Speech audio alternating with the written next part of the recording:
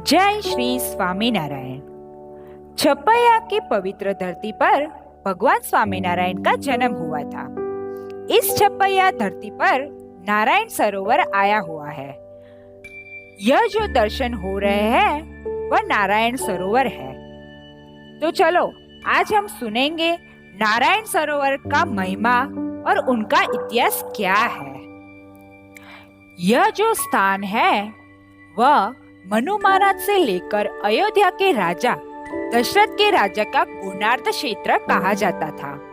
इसी गोनार्ध क्षेत्र में मनोरमा नदी के किनारे स्थित मखोड़ा धाम में राजा दशरथ ने पुत्र प्राप्ति हेतु श्रृंगी ऋषि द्वारा पुत्रेष्ट यज्ञ प्रारंभ करवाई।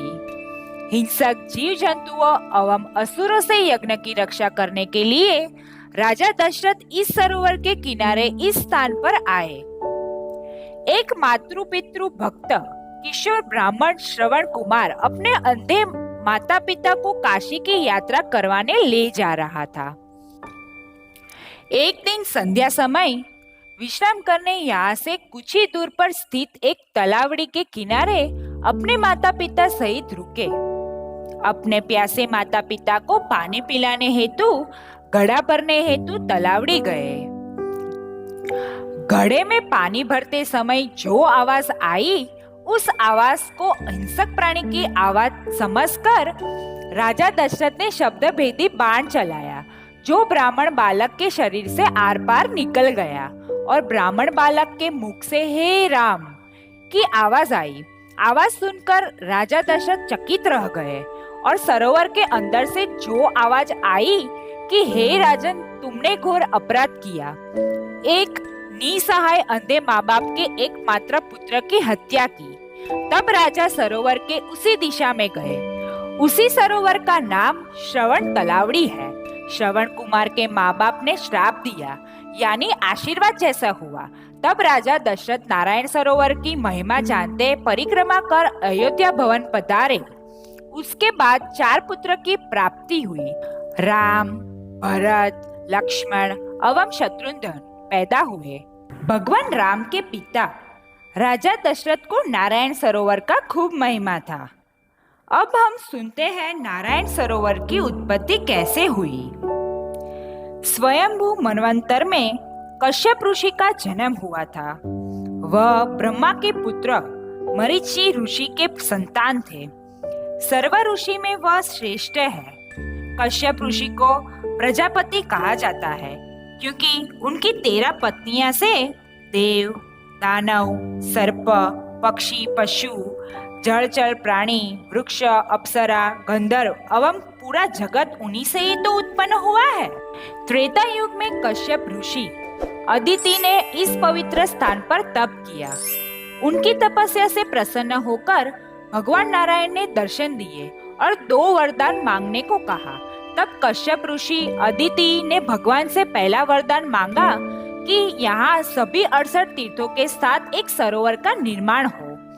तब भगवान ने अपने दाएं अंगूठों को दबाकर पाताल गंगा को प्रकट कर 68 तीर्थों को स्थापित किया। उसी सरोवर का नाम नारायण सरोवर पड़ा। दूसरा वरदान कश्यप ऋषि अदिति ने भगवान नारायण को पुत्र के रूप में प्राप्त करने का मांगा। इस पर भगवान ने उनको वरदान दिया कि कलयुग में पुनः मनुष्य जन्म लेकर यहाँ नारायण सरोवर पर तप करोगे तब आपको मेरी प्राप्ति होगी। दोनों को वरदान देकर भगवान नारायण अदृश्य हो गए। कई वर्षों बाद एक समय बद्रिकाश्रम में 88,000 ऋषियों के साथ कश्यप ऋषि और अदिति बैठकर भगवान नर नारायण देव की वाणी का अमृत पान कर रहे थे। उसी समय ऋषि दुर्वासा आए।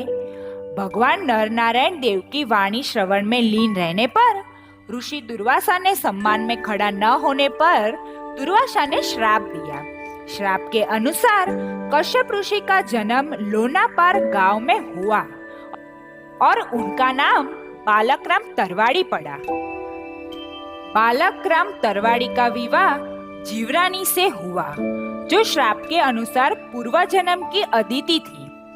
वृद्धावस्था में कुटुंबियों को अयोध्या जाकर रहने की इच्छा जताई। परिवार से विदाई लेकर अयोध्या जाने हेतु यात्रा पर निकल पड़े। यात्रा के दौरान एक दिन संध्या समय में वे लोग नारायण सरोवर के किनारे पहुंचे। रात्रि विश्राम किया और प्रातःकाल स्नान एवं संध्या पूजा किया। उसके बाद उन्हें पूर्व जन्म की बात याद आई। जो भगवान नारायण 68 तीर्थ स्थापित किए थे, उनका दर्शन हुआ। उसके बाद उन्होंने यहीं पर रहने के लिए निश्चय किया। ऐसा पवित्र सरोवर एवं ऐसी पवित्र भूमि इस ब्रह्मांड में कहीं नहीं है। नारायण सरोवर के पश्चिम तरफ मार्कंडेय मुनि का आश्रम था, जहाँ एक वट के पत्र में भगवान बाल मुकुंद का भव्य दर्शन हुआ।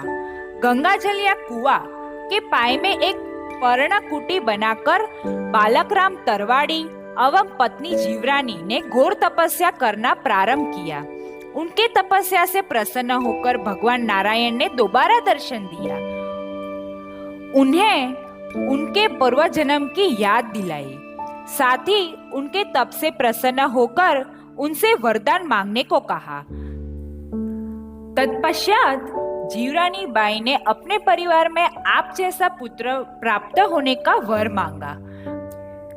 भगवान ने कहा कि मैं आपको वरदान दे रहा हूँ कि आपके पुत्र के यहाँ जो पुत्री पैदा होगी, उसी के कोख से मेरा अवतार होगा। तत्पश्चात भगवान अदृश्य हो गए।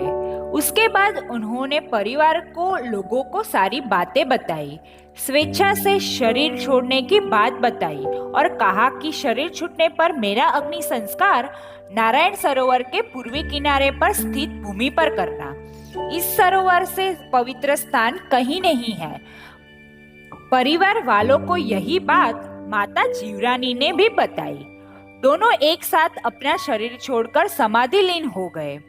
दोनों का एक साथ अग्नि संस्कार हुआ। परम पूज्य आदि आचार्य श्री अयोध्या प्रसाद जी महाराज श्री ने उनकी स्मृति में समाधि स्थल पर ओटा बनवाया। आदि आचार्य महाराज श्री ने नारायण सरोवर के किनारे किनारे पत्थरों का घाट एवं गुर्ज का निर्माण करवाया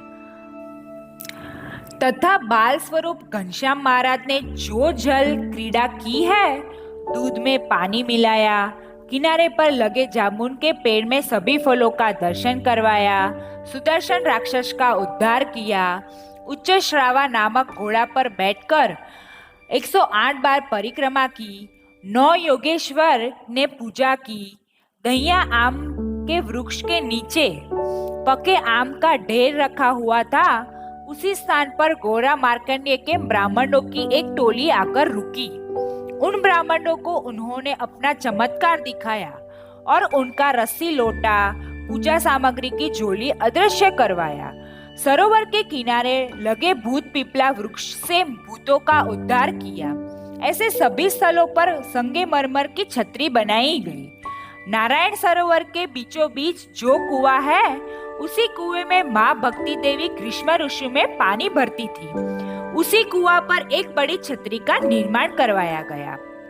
एक बार धर्मदादा को मन में यह विचार आया कि इस नारायण सरोवर की महिमा कैसी है। तब भगवान अपने पिताजी को सरोवर की महिमा जानने की इच्छा समझकर बताया कि इस सरोवर के जल को जो मनुष्य निर्मल मन से देखेगा, तो वासुदेव नारायण के श्वेत दीप धाम की प्राप्ति होगी। इस जल का जो आचमन करेगा, उसको वैकुंठ धाम की प्राप्ति होगी। इस जल से जो स्नान करेगा, उसको गोलोक धाम की प्राप्ति होगी। मेरा नाम लेकर जो स्नान करेगा, उसे अक्षरधाम की प्राप्ति होगी। तब धर्मदादा ने सरोवर की महिमा अपने बड़े पुत्र राम प्रताप को बताया। तब राम प्रताप भाई ने अपनी धर्मपत्नी, जो घनश्याम महाराज की भाभी थी, सुवासिनी बाई को बताया। तत्पश्चात सुवासिनी बाई ने अपने पुत्र आदि आचार्य अयोध्या प्रसाद जी महाराज श्री को बताया। इसी परंपरा को आगे बढ़ाकर एक दूसरे के पुत्र को बताते गए। नारायण सरोवर के किनारे विष्णु सहस्त्र नाम जन मंगल तथा स्तोत्र प्रार्थना होती है। इस नारायण सरोवर की परिक्रमा करने तथा श्रीफल तोरण चढ़ाने से मानव मात्र की मनोकामना पूर्ण होती है। तो यह है नारायण सरोवर का महिमा और उनका इतिहास क्या है। जय श्री स्वामी नारायण।